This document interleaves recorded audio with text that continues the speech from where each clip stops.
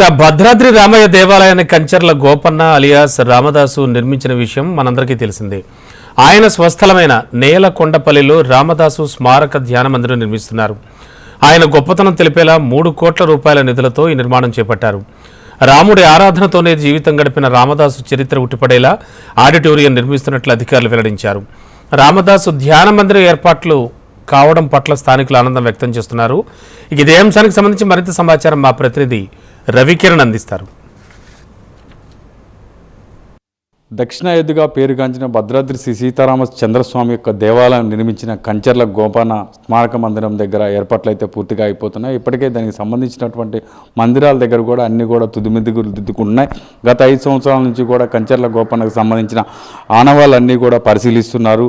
అలాగే ప్రభుత్వం కూడా ఎంతో ప్రెస్టేజ్గా ఈ సంబంధించినటువంటి మందిరాలన్నీ కూడా పునర్నిర్మించాలి, ఏమన్నా లోటుపాట్లు ఉన్నా కూడా చేయాలని ప్రభుత్వం చెప్పిన నేపథ్యంలో ప్రస్తుతం సార్ చెప్పండి, ఎంతవరకు వచ్చింది, పూజలు ఎలా జరుగుతున్నాయి, ధ్యాన మందిరం ఎట్లా ఉండబోతుంది? జై శ్రీరామ్.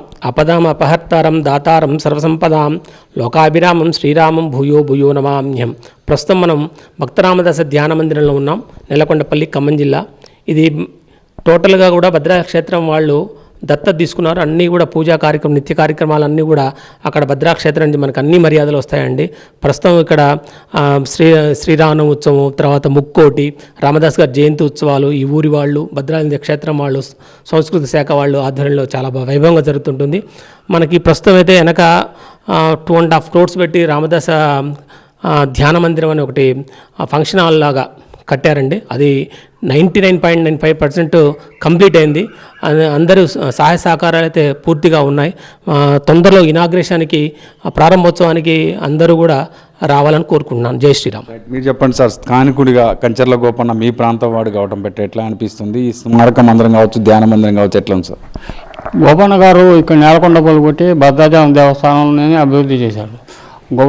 భద్రాచలం దేవస్థానాన్ని కట్టిన ప్రభుత్వం ఇప్పుడు 20 సంవత్సరాలు బట్టి, 25 సంవత్సరాలు బట్టి కూడా ఇక్కడ ఉత్సవాలు, 30 సంవత్సరాలు బట్టి ఉత్సవాలు జరుగుతున్నాయి. కానీ భద్రాచలం దేవస్థానం వలన, ఆర్థిక పరిస్థితి వలన వాళ్ళు ఏం చేయలేకపోతున్నారు. గత ప్రభుత్వం, టీఆర్ఎస్ ప్రభుత్వం వచ్చిన తర్వాత దీనికి 3 కోట్లు శాంక్షన్ చేసి ఒక ఆడిటోరియం హాల్ లాగా నిర్మించారు. అది ఇంకా ఇన్కంప్లీషన్ లాగా ఉంది. వచ్చే వారంలో మొత్తం కంప్లీషన్ ప్రారంభోత్సవానికి సిద్ధంగా ఉన్నది. మీరు చెప్పండి సార్, మీ ప్రాంత వాసిగా కంచర్ల గోపన్న భద్రాద్రి వెళ్ళి రామయ్యకు ఒక దేవాలయం నిర్మించడం, ఇప్పుడు ఆయన స్మరిస్తూ మీరంతా కూడా ఐకమత్యంగా గ్రామ పేరుతో వచ్చే విధంగా ధ్యాన మందిరం నిర్మించుకోవడం ఎట్లా అనిపిస్తుంది? మంచిగానే ఉందండి. 1955వ సంవత్సరంలో ఆయన స్మారకార్థం ఒక భవనాన్ని ఇక్కడ నిర్మించాలని ఆనాటి పెద్దలు అందరూ తలిచి ఆ ప్రయత్నాలు ప్రారంభించారు. అది 61వ సంవత్సరంలో ఈ భవన నిర్మాణం పూర్తయిపోయింది. ఇది భక్త రామదాస్ గారు 1687లో భద్రాచలంలో చనిపోయిన కొంతకాలానికి ముందర జొన్నాబట్ల సీతారామయ్య గారు అనే ఒక బ్రాహ్మడికి ఆయన యొక్క జన్మస్థలంలో ఉన్నటువంటి ఆయన నివాస గృహాన్ని డొనేషన్గా ఇచ్చారు. దాంట్లో చెప్పినటువంటి సరిహద్దులు ఏవైతే ఉన్నాయో దాని ప్రకారం ఇక్కడ భూమిని సేకరించి ఆయన ఇచ్చిన తర్వాత చాలామంది చేతులు మారిపోవడం అనేది జరిగింది. అది దాని తర్వాత వాళ్ళందరి దగ్గర ఉన్నటువంటి ఆ స్థలాన్ని, ఒక 5-6 దగ్గర ఉన్నటువంటి స్థలాన్ని సేకరించి వాళ్ళకి ఆల్టర్నేటివ్ చూపించి ఈ భవనాన్ని నిర్మించడం జరిగింది. దాని తర్వాత రామదాసు స్మారక ఉత్సవాల పేరిట దాదాపు 1975 దాకా కూడా 75 నుంచి 74 నుంచి 83 దాకా కూడా కార్యక్రమాలు చేశారు. కానీ ఆర్థికంగా చాలా ఒత్తిడి ఎక్కువయ్యి మరి భక్త రామదాస్ గారి యొక్క ఆధ్యాత్మిక భావనలకు సరిగ్గా సరైన సమాన స్థాయిలో కార్యక్రమాలు చేయాలంటే ఆర్థిక పరిస్థితులు అనుకూలించినందువల్ల దీన్ని భద్రాచల దేవస్థానానికి అప్పచెప్తే న్యాయం జరుగుతుంది. ఇది మనం చూడవచ్చు. అంటే స్థానికంగా కంచర్ల గోపన్నకు సంబంధించినటువంటి ఆయన స్మరిస్తూ లోకల్గా ఉన్నటువంటి వాళ్ళు చాలా ఏళ్ల పాటు చేసినప్పటికీ కూడా భద్రాచలం దేవాలయం దగ్గరికి వెళ్ళిన తర్వాత వాళ్ళు మెయింటెనెన్స్లో ప్రస్తుతం అయితే పూజలు నడుస్తున్నాయని చెప్తున్నారు. అలాగే ప్రస్తుతం గత ప్రభుత్వం ఇచ్చిన నిధులతో తలపెట్టినటువంటి ప్రాజెక్ట్ ఏదైతే ఉందో ఆడిటోరియం త్వరలోనే కాబోతుందని, కానీ కొన్ని ఇక్కడ పార్కింగ్కి సంబంధించి కావచ్చు, కొన్ని వస్తువులకు సంబంధించి కావచ్చు, ఇంకొన్ని ఏర్పాట్లు చేసినట్టయితే ఎంతో మంచి జరుగుతుందని చెప్పి సంబంధించి కెమెరా గణేష్తో కిరణ్, నేలకొండపల్లి.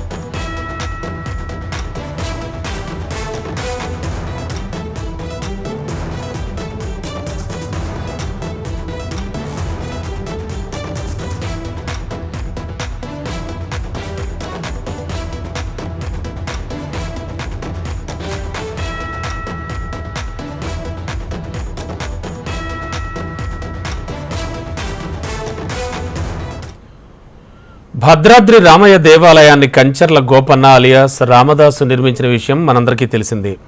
ఆయన స్వస్థలమైనటువంటి నేలకొండపల్లిలో రామదాసు స్మారక ధ్యాన మందిరం నిర్మిస్తున్నారు. ఆయన గొప్పతనం తెలిపేలా 3 కోట్ల రూపాయల నిధులతో నిర్మాణాన్ని చేపట్టారు.